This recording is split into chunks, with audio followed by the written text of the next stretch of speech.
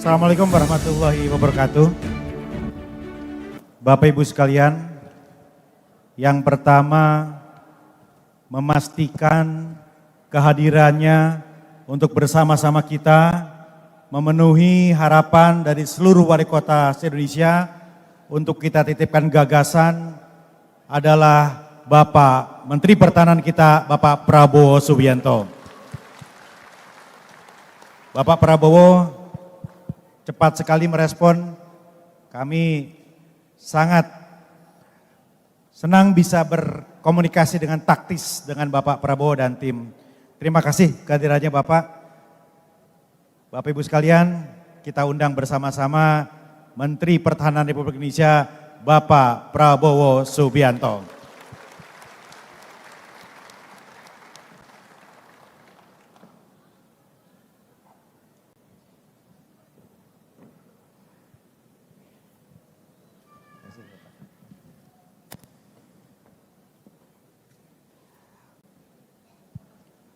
Tentunya kepada seluruh peserta sangat berbahagia dan bangga pada sore hari ini. 5 hari bukan, 4 hari bukan hari yang tidak melelahkan bagi kita, bahkan sangat melelahkan. Tapi semua lelah itu hari ini menjadi sebuah hal yang luar biasa. Karena kenapa? Pak Menhan hadir bersama kita. Dan insya Allah kita akan mendengarkan pengarahan beliau tentang bagaimana kota-kota hari ini dan di masa depan. Banyak harapan kepada beliau yang saya kira kalau semua mau bicara pasti tidak terpenuhi waktu. Maka Apexi telah mengaturnya dengan sangat baik, membagi 6 komwil dengan masing-masing 2 pembicara. Izin melaporkan Pak Prabowo, ada 3 agenda Rakernas hari ini. Yang pertama adalah komitmen kita untuk selalu konsisten mengawal otonomi. Kadang-kadang teman-teman merasa bandulnya bergerak sedikit ke resentralisasi, kadang teman-teman merasa perlu dikoreksi bersama-sama. Yang kedua, Bapak sudah melihat bagaimana di sini berkumpul anak-anak muda dari seluruh Indonesia. Agenda kita tentu bukan hanya 2024 tapi 2045 Bapak. Mereka yang akan menjadi pemimpin kita nanti. Gen Z yang hari ini menjadi harapan kita ke depan. Dan yang ketiga Pak Prabowo, kami ingin pastikan walaupun tahun politik, tapi pembangunan tidak boleh henti. Pembangunan harus terus lanjut dan berjalan. Dan kami ingin betul, kami punya harapan dan kami optimis bahwa pemilu 2024 akan berjalan dengan damai. Akan berjalan dengan membahagiakan, menyenangkan dan inspiratif. Bapak Prabowo, kami persilahkan waktu untuk memberikan paparan dan gagasan Bapak. Terima kasih. Pertanyaan tadi tentang Ganjar. Ya. Bapak izin Pak. Ini mungkin di sini lagi Pak, izin. Ya. Izin Pak, izin Pak. Izin Pak. Saya senang teman-teman mengingatkan ini. Ada satu pertanyaan Pak, yang tadi kami ajukan kepada Pak Ganjar dan juga Pak Anies. Izin boleh bertanya dengan Bapak pada pertanyaan yang sama. Satu kata menurut Pak Prabowo tentang Bapak Ganjar Pranowo. Gubernur. Ya benar sih Gubernur. Satu kata dari Bapak Prabowo tentang Pak Anies Baswedan. Profesor. Terima kasih Bapak. Taktis kalau jenderal emang.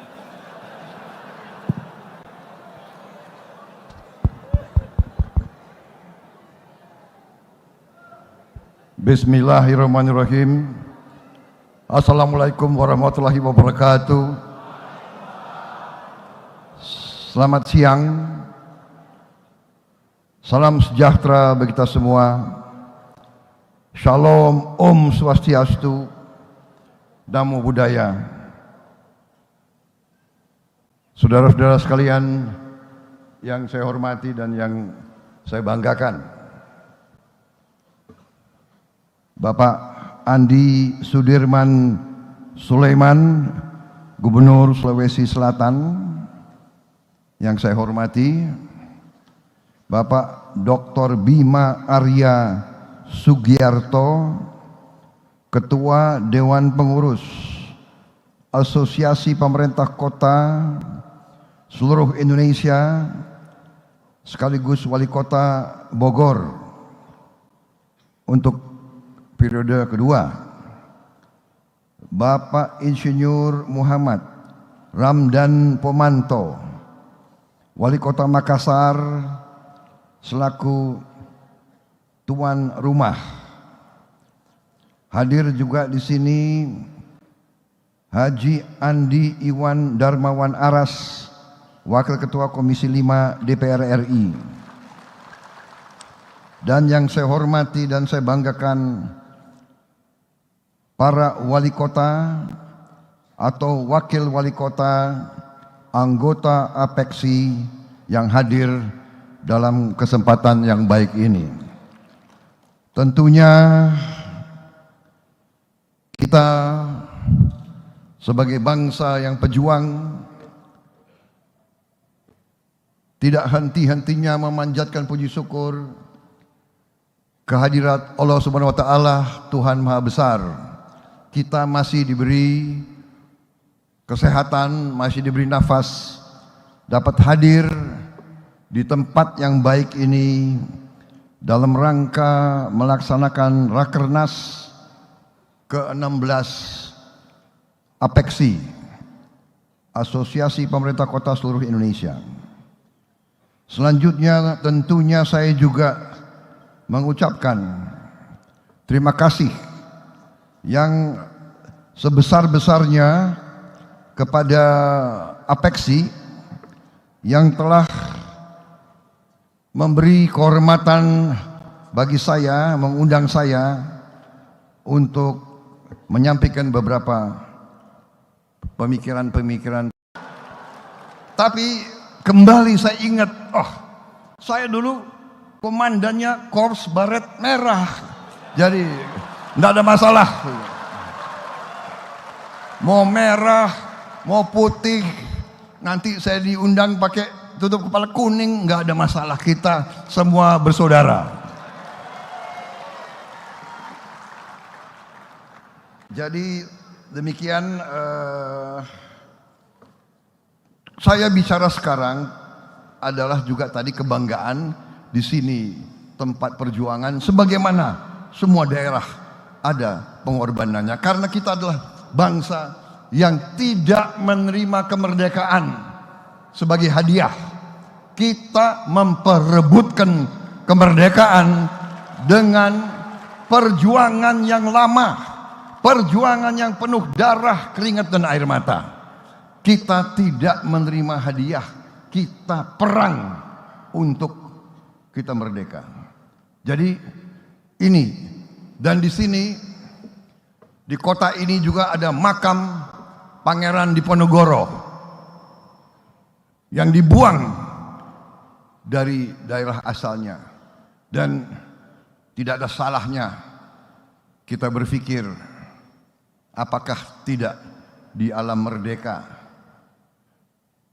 tentunya dengan seizin rakyat Sulawesi Selatan, apa tidak ada baiknya kita kembalikan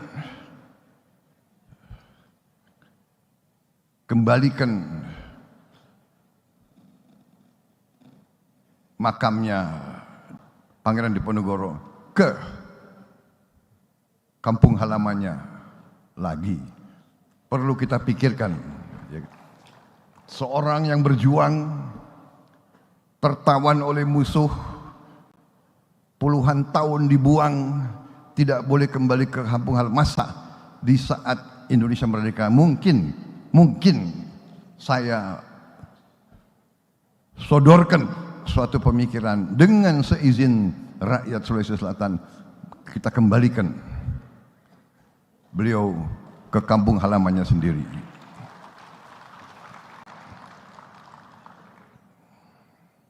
Saudara-saudara sekalian, wali kota, bupati ya, adalah ujung tombak dari pembangunan bangsa.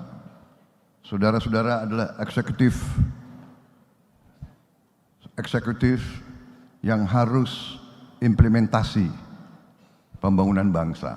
Berarti nation building itu adalah tanggung jawab saudara-saudara sebagai ujung tombak eksekutif.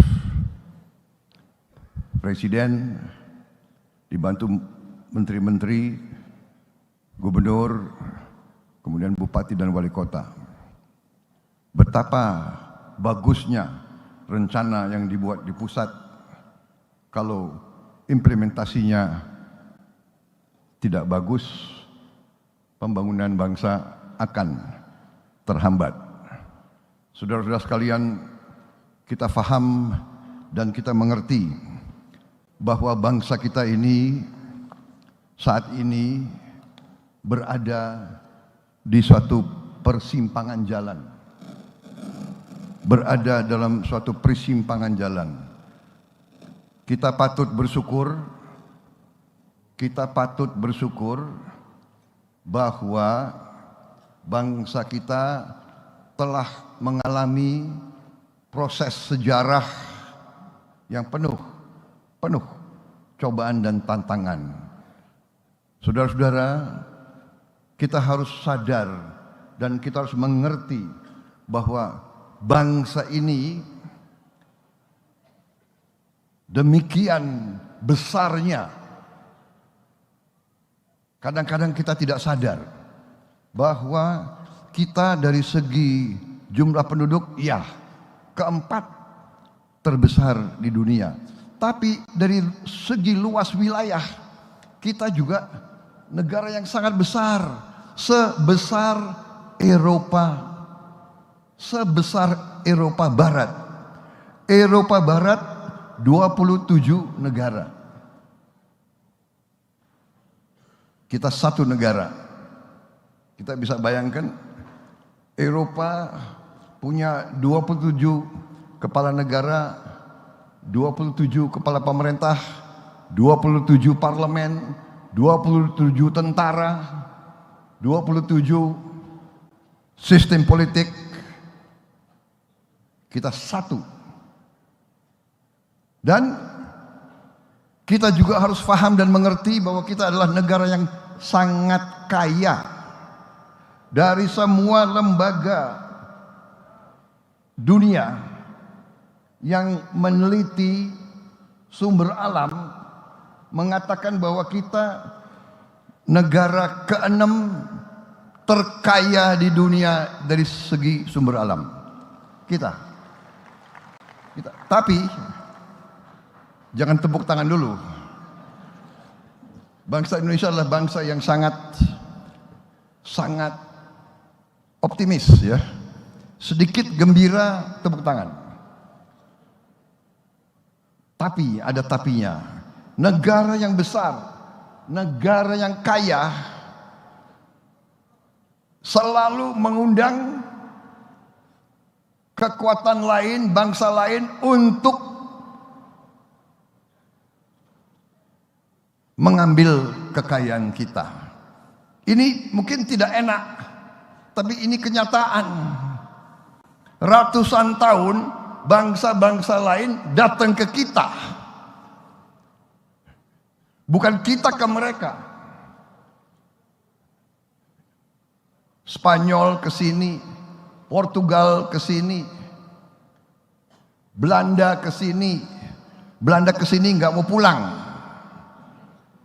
Prancis ke sini, ya. Inggris, Jepang, Mongol, semua ke sini ratusan tahun.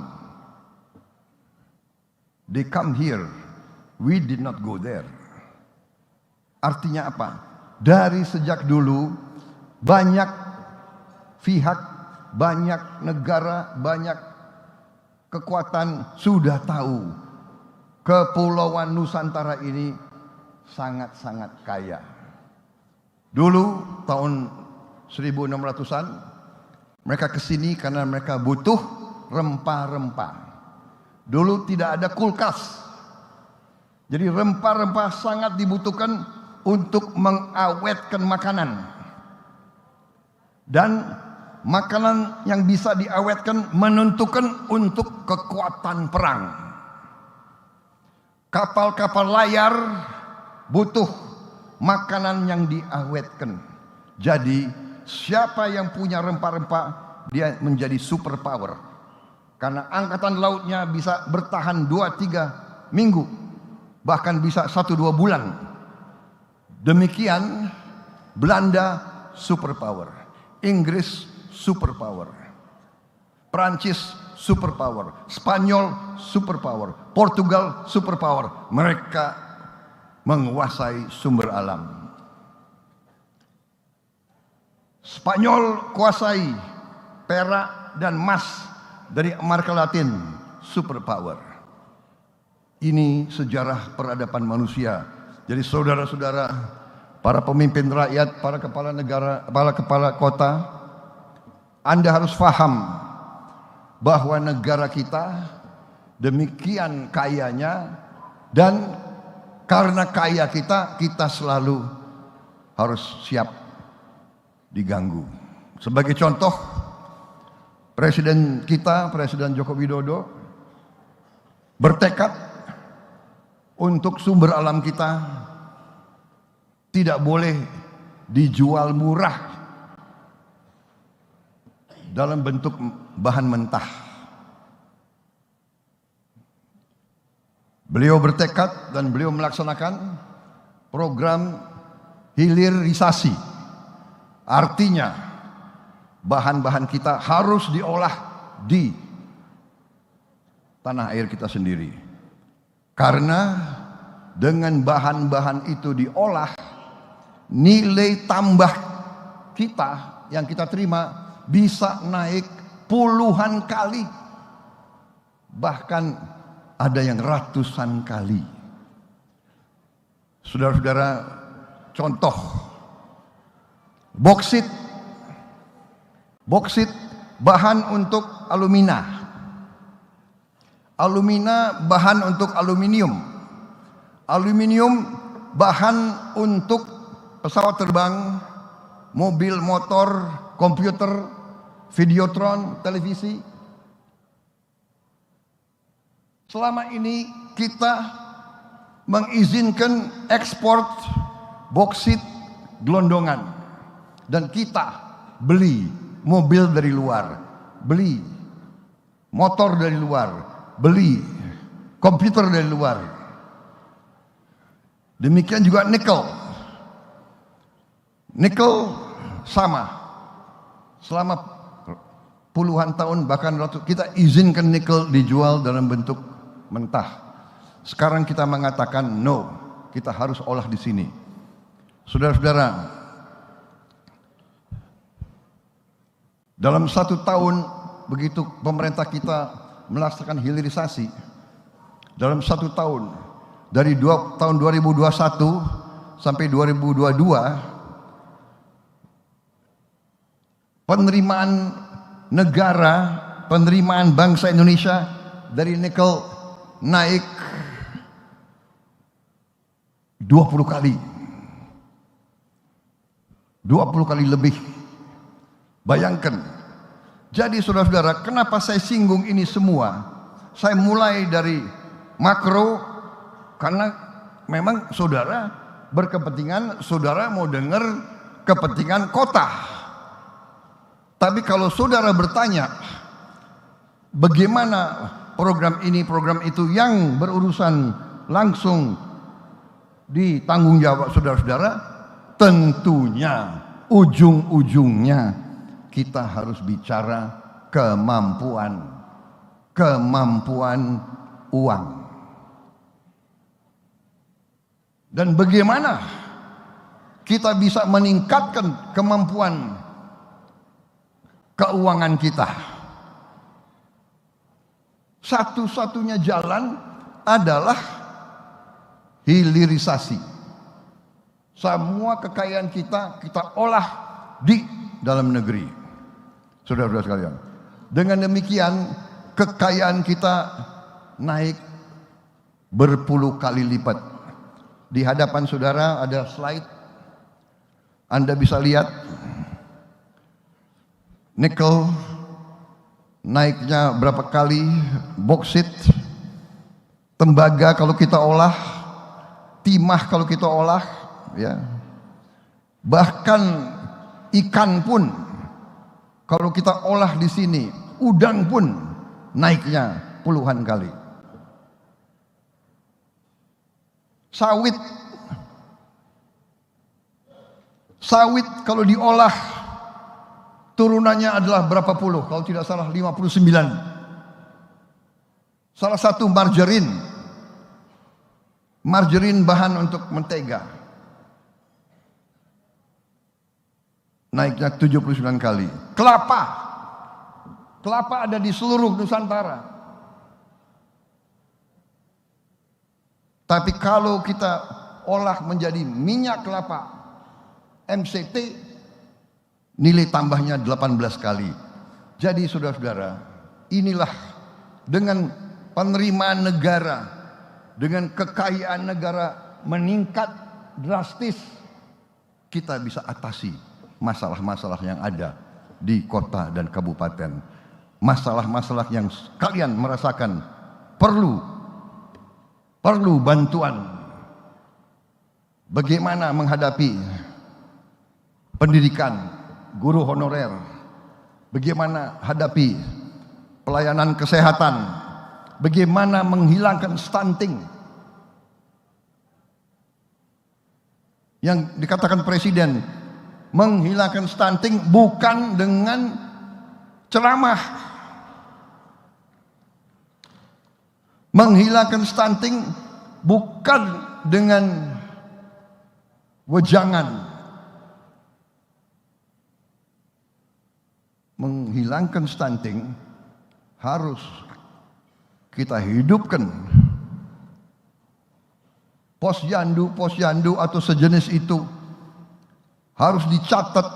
Bayi-bayi yang di bawah timbangan normal, ibu-ibu yang kurang, itu harus segera kita kasih susu, kita kasih makanan dan sebagainya. Untuk itu kita butuh kemampuan keuangan yang kuat.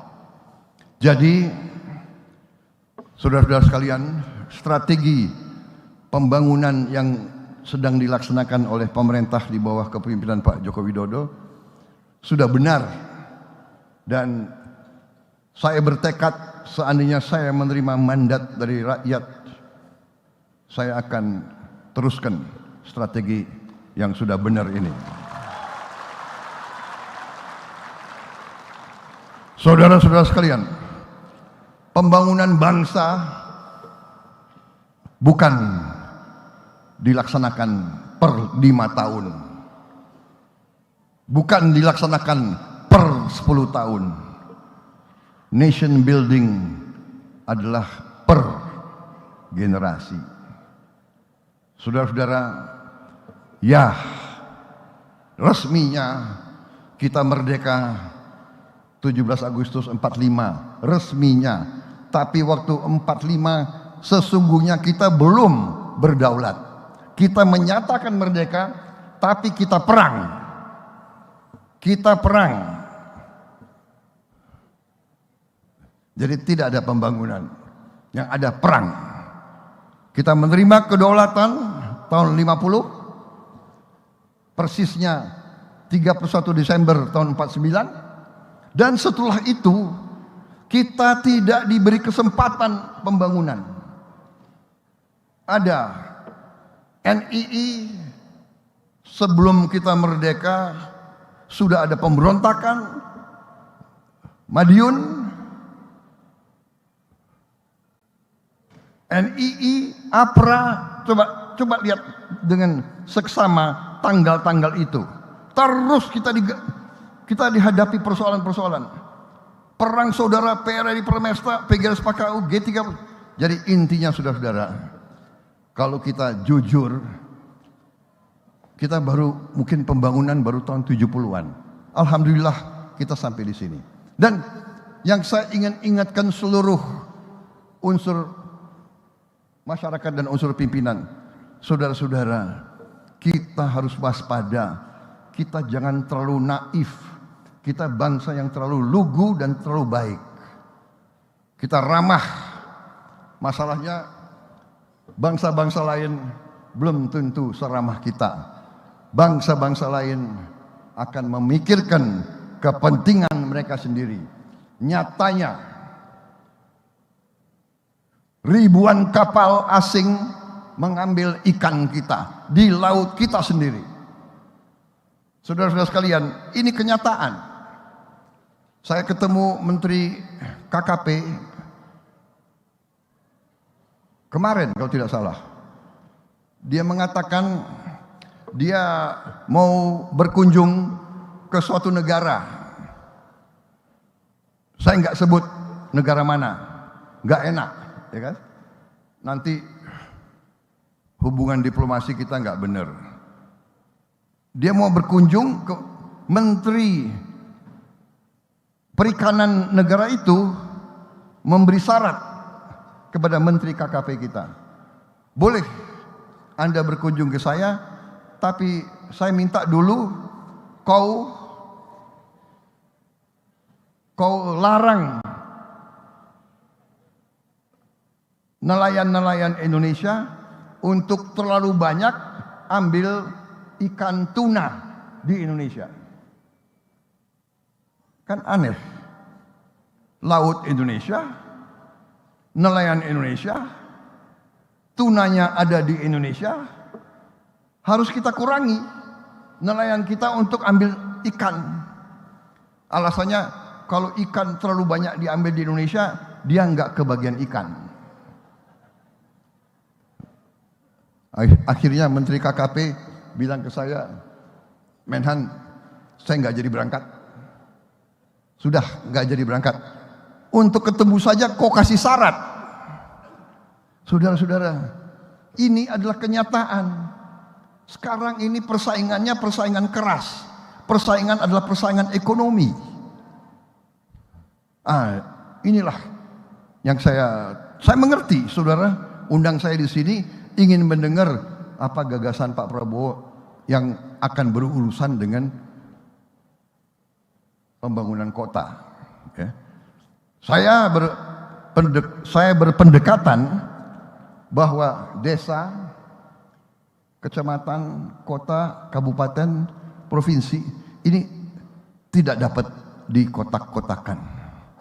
Satu kesatuan. Kalau di desa ada tenaga kerja yang tidak dapat pekerjaan, dia akan lari ke kota. Kalau di kota tidak ada pekerjaan, dia akan lari ke ibu kota provinsi. Saudara-saudara, jadi pendekatan kita harus integral, komprehensif, dan lihat sumber masalahnya. Sumber masalahnya kita sudah mengerti. Kita perlu meningkatkan penghasilan kita supaya gaji-gaji bisa naik, supaya banyak lapangan kerja, saudara-saudara, dan hanya supaya pendidikan harus berhasil. Kita sekarang kurang dokter-dokter spesialis. Saudara wali kota, saya kira saudara mengerti di kota kalian berapa spesialis jantung bisa pasang kateter, bisa pasang stent. Berapa ahli onkologi, ahli kanker yang bisa obati leukemia, yang berapa alat-alat yang bisa dioperasikan di kota kalian dan sebagainya. Saudara yang lebih tahu. Pendidikan harus kita tingkatkan. Semua, dan ini semua perlu investasi yang besar. Jadi saudara-saudara, strategi yang sudah dilaksanakan, kuncinya ada hilirisasi. Tapi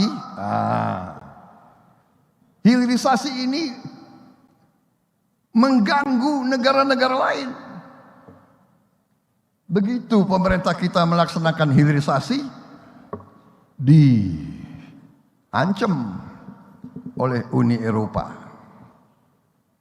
Diadu ke WTO, diadu, pemerintah kita naik banding, dia adu lagi, naik banding lagi, kita tidak tahu. Tapi mereka tidak suka kalau kita hilirisasi. Kemudian selain Uni Eropa, IMF menegur kita juga. Saudara-saudara, bayangkan, kita bahan baku ada di kita, milik kita, karunia Tuhan. Kita mau olah di Indonesia. Karet kita mau olah di Indonesia. Kelapa sawit kita mau olah di Indonesia. Coklat kita mau olah di Indonesia. Semua bahan itu kita mau olah di Indonesia supaya pabrik-pabriknya bisa memberi pekerjaan untuk anak-anak kita. Supaya insinyur-insinyur kita bisa bekerja. Supaya wali kota bisa dapat retribusi. Supaya pajak naik, penghasilan naik, saudara-saudara. Sampai demikian. Sampai menteri-menteri kita harus ke sana. Pemimpin-pemimpin tanya, mengapa Indonesia tidak boleh sejahtera? Mengapa Indonesia harus jual murah bahan-bahan yang kita miliki? Saudara-saudara, karena itu kita harus kuat, kita harus waspada, dan semuanya kuncinya adalah persatuan dan kerukunan. Menurut saya kuncinya itu, saudara sebagai pemimpin terdepan, saudara yang menerima mandat dari rakyat terdepan, saudara sangat berperan untuk memelihara momentum nation building kita. Saya bisa lebih rinci bicara ini, tapi secara garis besar itu yang saya ingin sampaikan. Strategi pembangunan kita sudah benar, hilirisasi di semua bidang sangat penting, dan itu kuncinya bahwa banyak sekali lembaga internasional, pakar-pakar, pengamat, dan lembaga pengkajian mengatakan bahwa kita yang sekarang sudah ekonomi ke-16 dan waktu dekat akan menjadi ekonomi ke-10, dan insya Allah 2045 di zaman tadi generasi Z muncul, kita sangat besar kemungkinan bisa menjadi negara ekonomi ke-5 di dunia atau ke-4. Tapi kembali ada syaratnya. Syaratnya adalah, bisakah pemimpin-pemimpin Indonesia kerjasama? That is the question. Saya pernah baca kajian-kajian mereka. Can the elite of Indonesia work together? Kalau kita bisa kerjasama, insya Allah kita akan sangat berhasil, dan kita akan jadi negara maju. Kita tidak mau jadi negara rakyat kita hanya nerima UMR, kita mau dan kita mampu menjadi negara berpenghasilan memadai. Saya kira itu, saudara-saudara. Kita bersyukur kita berhasil mengatasi berbagai krisis yang sangat berat. Kita selalu, kalau terjadi dan kita sudah berhasil, kita lupa kesulitan kita. Waktu COVID mulai datang ke Indonesia, marilah kita ingat, belum ada vaksin, kita tidak tahu virus apa, kita takut. Banyak yang takut keluar dari rumah.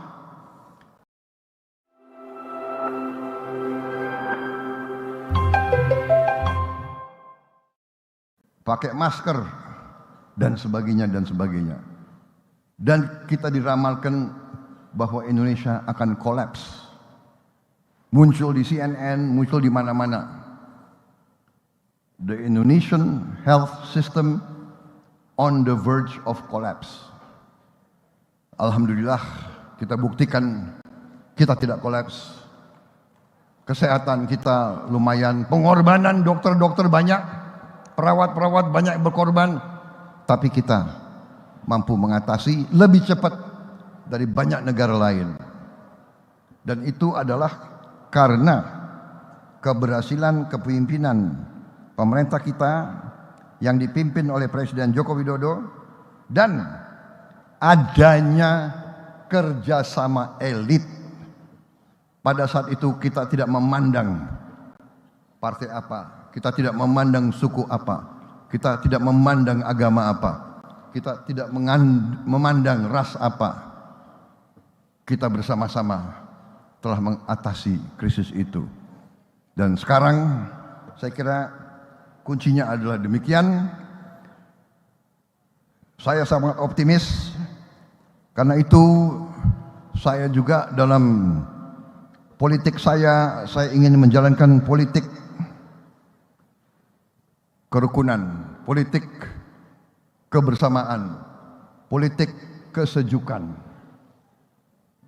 Saya menjadi semakin yakin gaya demokrasi kita, gaya kepemimpinan politik kita harus kepemimpinan politik yang sejuk, yang bersahabat, yang santun dan yang sopan dan yang mengajak kebersamaan. Saya kira ini sangat penting. Ini berbeda dengan tradisi demokrasi di negara-negara lain.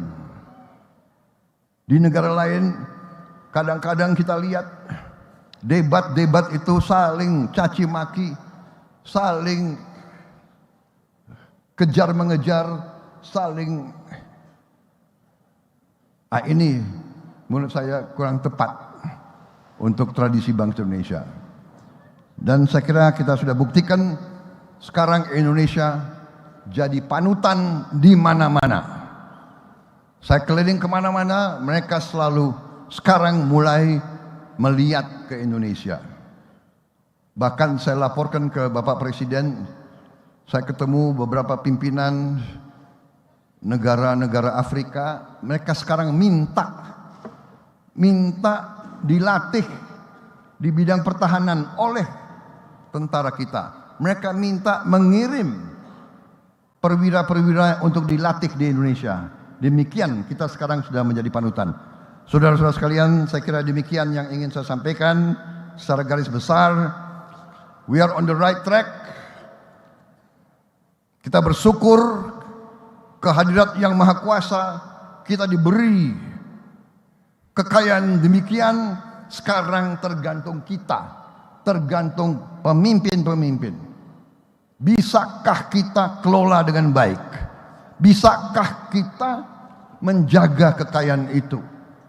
Bisakah kita menyampaikan roda pemerintahan yang bersih, yang efisien, supaya kekayaan itu benar-benar dinikmati oleh seluruh rakyat Indonesia. Dan sekarang memang benar, kita sekarang harapannya adalah di anak-anak muda kita, di Gen Z. Kita harapan kepada mereka. Kalau kita banyak kekurangan, kita berharap dari mereka akan muncul pemimpin-pemimpin yang lebih baik dari kita, lebih pintar dari kita, menguasai teknologi. Jangan mau dibohongi terus oleh bangsa-bangsa asing. Saya tidak mengajak kita membenci bangsa asing, tidak. Kita harus belajar dari yang kuat. Tapi jangan mau dibohongi terus, ya. Jangan mau dibohongi terus, saudara-saudara.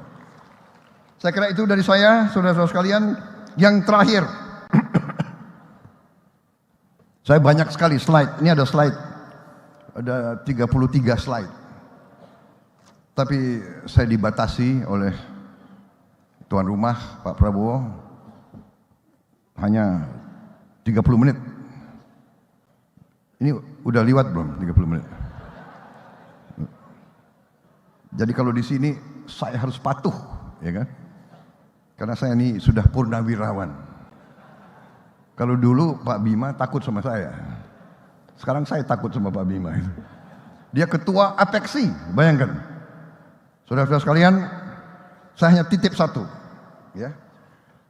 Saya mau titip sama para wali kota, para bupati dan para gubernur. Saya titip, saudara-saudara, saya lihat kota-kota kita harusnya lebih cantik lagi, lebih indah lagi. Yang saya perhatikan terlalu banyak iklan-iklan. Terus terang saja. Dan juga anak-anak kita banyak nakal-nakal. Dia suka pakai pilox, iya kan? Dia coret-coret ini di jalan-jalan protokol yang bagus-bagus dicoret-coret. Saudara-saudara, kita perlu pariwisata. Kita perlu devisa. Nah, saya titip lah. Para wali kota harusnya, dulu kalau tidak salah ada kejuaraan apa ya, Adipura atau sebagainya ya. Mana kota yang paling bersih, paling indah gitu. Ini agak mengganggu. Karena saya sekarang kan, saya jadi warga Bogor, Pak. Hanya kabupaten, bukan di kota. Tapi kan saya liwat tempat Bapak tiap hari. Itu aja yang saya titip. Bagaimana kita yakinkan anak-anak kita, ya sudah ada masa keluarin uang beli pilox, coret ya kan. Kita kalau bisa kita bersihkan, kita bikin indah kota-kota kita supaya pariwisata naik. Yang saya lihat Malaysia, negara yang jauh lebih kecil dari kita, kalau tidak salah Malaysia itu mungkin 40 juta jumlah penduduknya, kita 8 kali dia. Malaysia itu penghasilan pertama bukan kelapa sawit. Penghasilan pertama elektronik, kedua pariwisata. Jadi pariwisata dia itu 1 tahun itu 6 miliar dolar. Sama dengan kita. Padahal kita negara yang 8 kali lebih besar dari dia jumlah penduduknya. Thailand luar biasa. Penghasilan dia pada puncaknya sebelum Covid 20 miliar dolar. 20 miliar dolar, kita hanya sekitar 6 miliar. Padahal dia negara yang mungkin sepertiga kita. Saya kira itu dari saya. Terima kasih atas perhatian saudara-saudara. Dan marilah kita bersatu, marilah kita rukun, mari kita maju bersama. Partai apapun, marilah kita utamakan kepentingan bangsa dan rakyat kita dan anak-anak muda kita.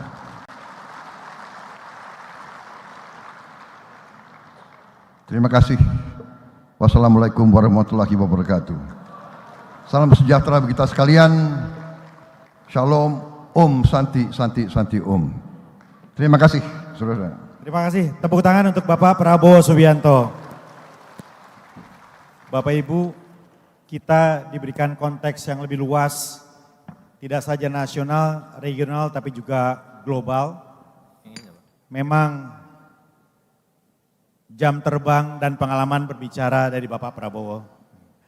Jam terbang itulah saya kira yang membuat Pak Prabowo tadi tenang, walaupun kita semua tegang karena mati lampu. Mohon maaf Bapak tadi sempat mati lampu.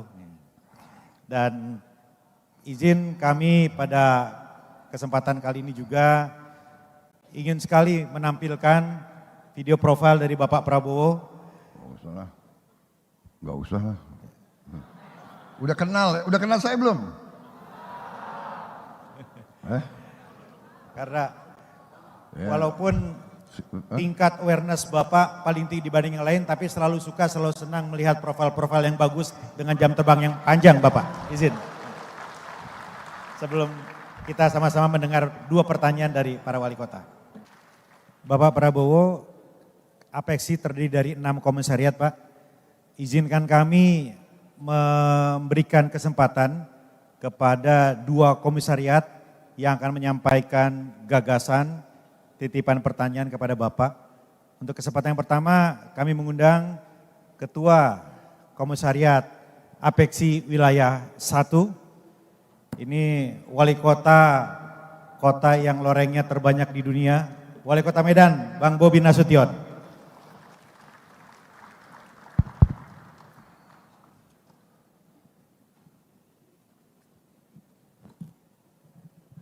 Terima kasih Ketua. Yang sama kita hormati, kita banggakan Bapak Prabowo Subianto. Mohon izin Bapak, kami bertanya dari Komwil 1, terdiri dari 24 kota Pak di Sumatera. Kami ingin bertanya Pak, mungkin mudah-mudahan mewakili seluruh Komwil dan seluruh wali kota di Indonesia. Tadi Bapak Prabowo menyampaikan tentang hilirisasi, tentunya ini sangat berkaitan juga dengan investasi. Yang ingin kami tanyakan, kira-kira Pak Menhan, kebijakan tentang bisnis, tentang UMKM, tentunya hari ini sudah dimulai, tadi Bapak Prabowo menyampaikan, namun kami rasa belum menyeluruh sampai dengan tingkat pendidikan dan yang lainnya. Kira-kira Pak Menhan nanti kebijakan apa yang akan dibuat agar dunia bisnis, dunia industri di Indonesia ini bisa seluruh aspek menyentuhnya Pak. Mungkin ini, terima kasih Pak. Terima kasih Pak Bobi. Baik, terima kasih Pak Bobi. Jadi sebagaimana saya katakan tadi, bahwa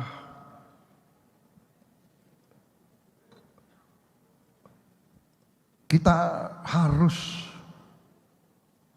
memberi suatu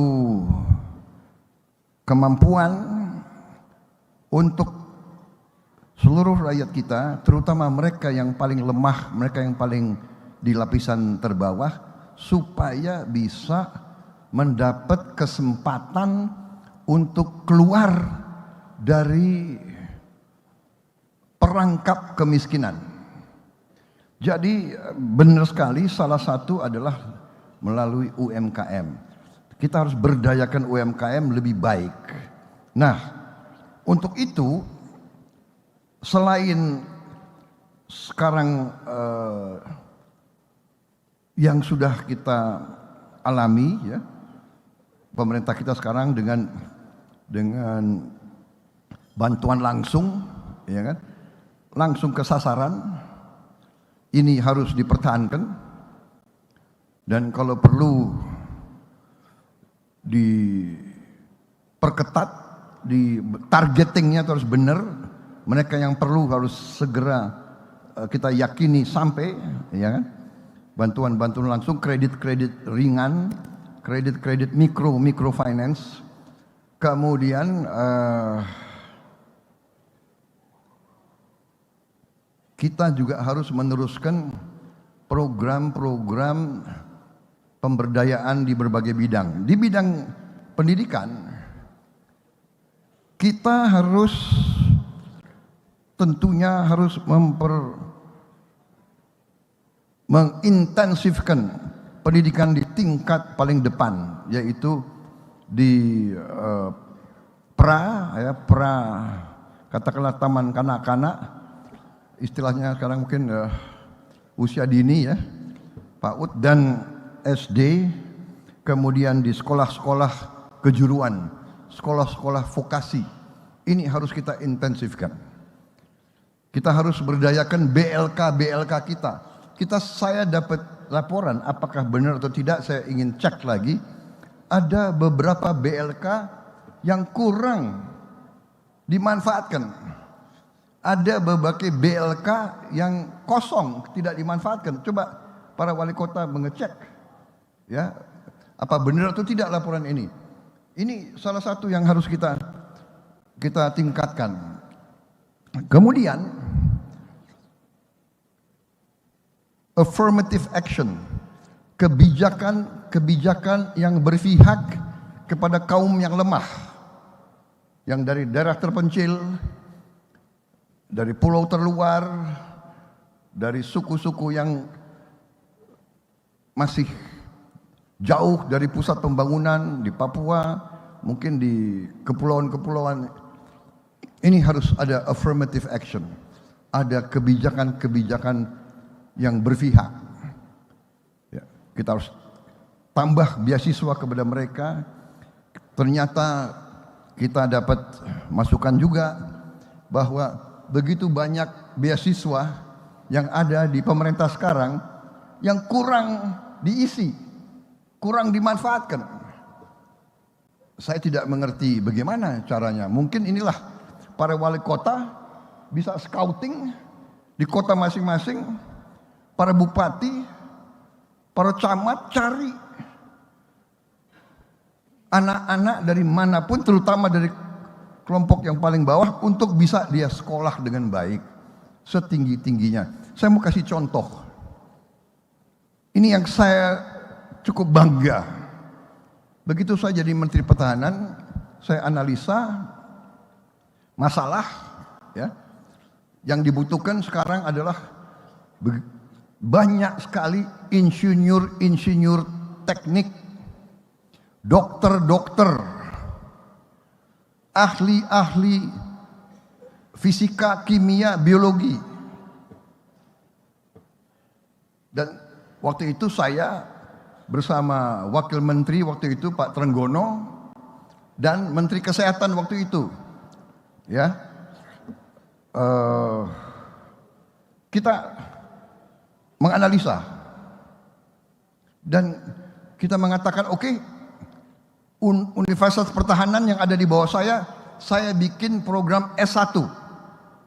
Dan S1 ini adalah biaya siswa penuh. Dan saya bilang kita rekrut dengan standar yang sangat tinggi. Saya pakai standar dari Harvard University. Ya.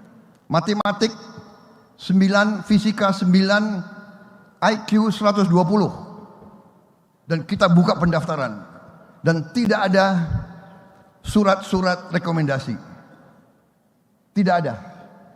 Mau anaknya siapa, tidak berlaku. Yang jelas lulus standar masuk. Apa yang terjadi? Saya bangga. Suatu saat saya cek, saya lihat seorang mahasiswi. Saya tanya, kamu berasal dari mana? Berasal dari Medan. Kamu sekolahnya apa? Sekolahnya dari pesantren.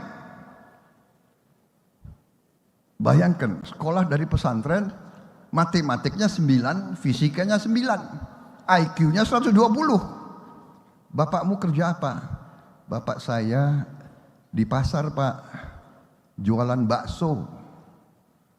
Ibu kamu? Ibu saya juga di pasar, Pak, jualan cendol. Anak penjual bakso dan penjual cendol lulus Universitas Pertahanan dengan tidak ada koneksi, tidak pakai uang, masuk ke bidang teknik sipil.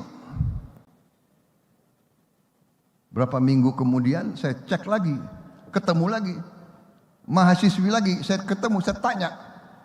Waktu itu masih zaman COVID. Kamu dari mana? Saya dari Batam. Batam, Pak. Pakai masker. Kamu belajar apa? Teknik listrik. Oke. Bapakmu apa kerjanya? Guru. Oh, guru. Bukan, Pak, bukan.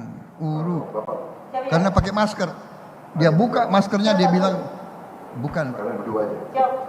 Guru, buruh. Bukan yang ini nggak usah dipasang. Ini udah kan ini. Mana nih slide? Ini saya cerita kasus lain. Ini anaknya buruh. Bisa bayangkan nggak? Buruh harian, anaknya teknik listrik. Saya bilang, yang pahlawan itu bapakmu. Kamu harus sungkem ke bapakmu. Bapak ibumu pahlawan. Kita bisa bayangkan nggak? anak seorang tukang cendol, anak seorang buruh pelabuhan, anaknya teknik listrik. Ini Pak Bobi yang harus kita perbanyak, Jadi saya yang apa yang saya bisa lakukan di bidang saya lakukan. Ya, saya lakukan. Universitas Pertahanan saya juga akan buka SMA Taruna Nusantara. Sekarang sudah ada 1 kampus. Rencana kita akan tambah menjadi 7 kampus.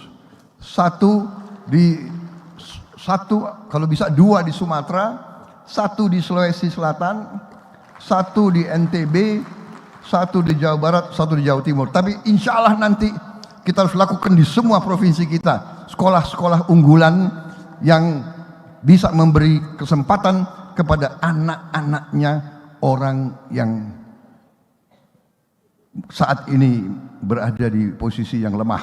Dalam arti dari situlah kita akan timbulkan kebangkitan bangsa ini. Dan yang selanjutnya adalah kembali dengan hilirisasi, dengan semua kekayaan kita, semua tambang mineral kita yang ada puluhan, semua komoditas kita, karet, kelapa sawit, coklat, kopi, ya, semuanya pengolahannya di Indonesia. Bayangkan pabrik-pabrik yang akan menjamur, bayangkan insinyur-insinyur yang kita perlu, bayangkan tenaga-tenaga kerja yang kita perlukan, saudara-saudara sekalian. Jadi saya kira demikian, ya. Affirmative action, kebijakan, pendidikan, ya, targeting,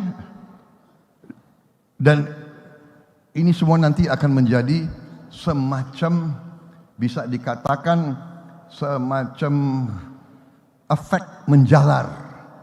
Begini di sini kita lakukan apa itu affirmative action, ya, keberpihakan, kita kasih input, tapi efeknya efeknya berlapis-lapis.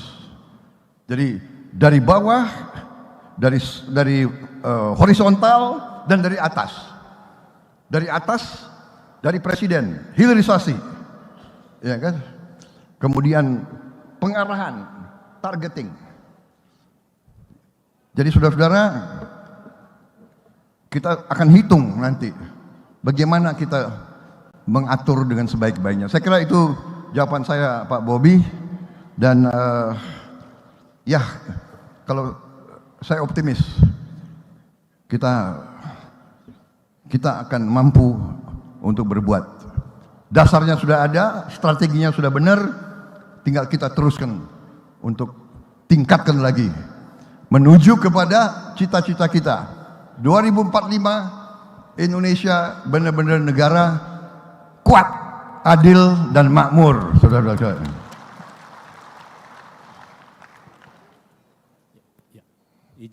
Izin Pak Menteri, pertanyaan terakhir dari Komil 6, Bapak Kapten Ali Ibrahim. Kalau terakhir ya? Terakhir Pak. Alhamdulillah. Kami semua mayor Pak, tapi beliau khusus satu-satunya Kapten.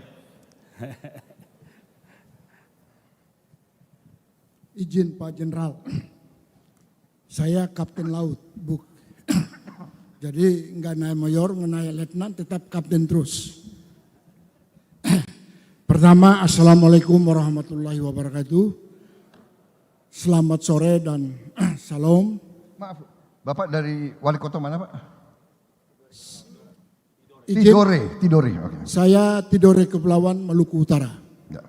Selaku wali kota dan juga sebagai ketua Kompreh 6, wilayahnya cukup jauh, cukup panjang geografinya dari Sulawesi sampai ke Papua. Itu 17 wali kota, anggotanya semua 17. Pertanyaannya pendek atau kami titipkan pertanyaan ini. Insya Allah ke depan kalau Bapak terpanggil sebagai presiden, kami sebagai bagian daripada Indonesia, kami titip. Pertama, bagaimana pembangunan Indonesia Timur. Yang kedua, perencanaan pembangunan kelautan Indonesia Timur. Karena kami adalah daerah kepulauan. Kami sangat mendukung sekali apa yang Bapak sampaikan, terutama para nelayan. Dari luar banyak sekali pencurian ikan di perairan kami, terutama di atas Pulau Murtai. Terima kasih. Selamat sore. Baik, terima kasih. Dari Indonesia Timur, saudara-saudara, saya kebetulan memang saya ini setengah orang Indonesia Timur, karena ibu saya orang Sulawesi juga. Jadi kalau bisa dikatakan saya ini orang Orba dan Orla sekaligus. Karena ibu saya dari Langowan, Sulawesi Utara, jadi saya orang Langowan. Bapak saya dari Banyumas, Jawa Tengah, jadi saya Orba. Jadi saya Orla, Orba sekaligus. Saudara-saudara, baru kemarin saya diskusi sama Menteri KKP, kita memang masa depan bangsa Indonesia itu sangat besar nanti dari Indonesia Timur. Jadi kita sekarang harus benar-benar punya strategi khusus, dan sudah kita rintis sekarang strategi khusus untuk Indonesia Timur. Ya, saya kira pemerintah Presiden Jokowi ya 2 periode fokusnya luar biasa di Indonesia Timur. Yang saya tahu beliau berkunjung saja ke Papua sampai hari ini sudah 17 kali. Beliau berkunjung ke Papua 17 kali. Maaf, bisa dihitung nanti. Mungkin belum ada presiden yang sebanyak itu berkunjung. Dan Anda bisa hitung ya, investasi kita di Papua, kemudian peningkatan ekonomi, pertumbuhan ekonomi di Papua itu sudah seberapa. Tapi benar, kita masih banyak kecolongan. Ya. Kita kalau tidak salah punya kebutuhan kapal ikan yang berkisar antara 150-300 gross ton. Kita punya kebutuhan 40.000 kapal. Kebutuhan kita. Ini sesuatu pikiran. Jadi kita perlu sekarang konsentrasi. Pemerintah di bawah Pak Jokowi sudah membuat konektivitas. Konektivitas sekarang.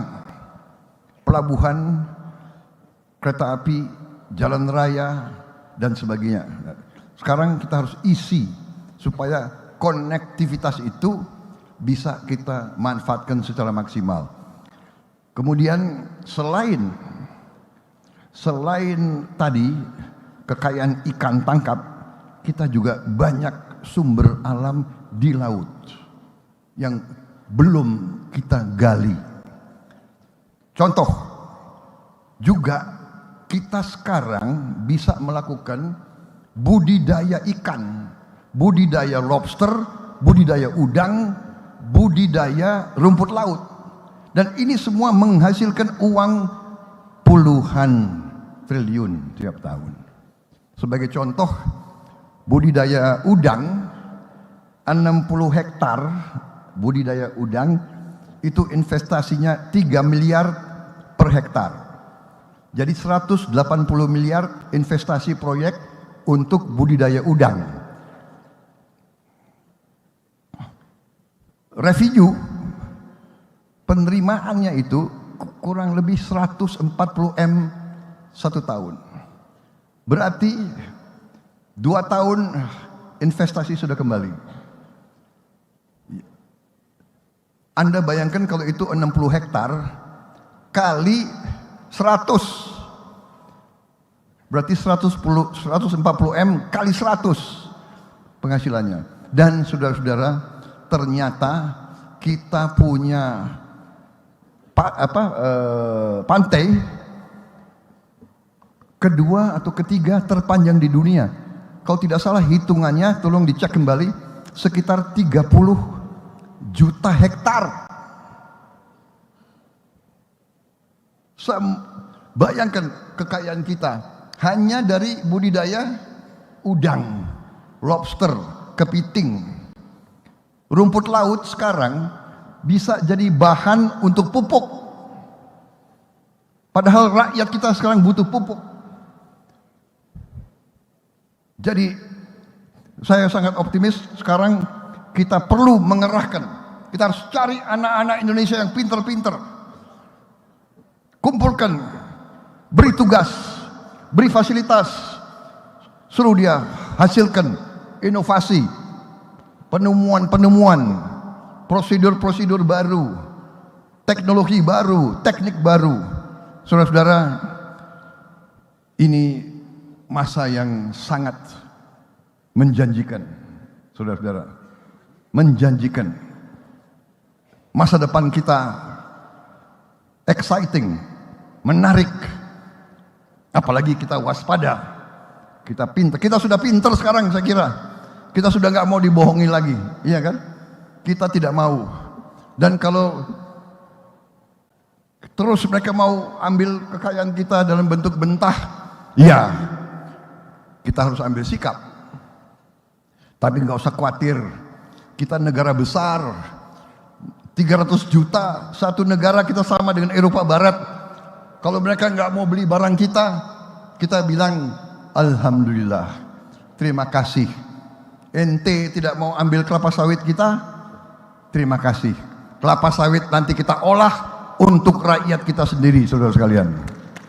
Ya, jadi kita nggak usah khawatir, saudara-saudara. Kita negara besar, pasar kita besar. Saya kira itu dari saya. Terima kasih. Terima kasih, Pak. Terima kasih Bapak. Bapak izin, Ya. kami telah melakukan banyak diskusi.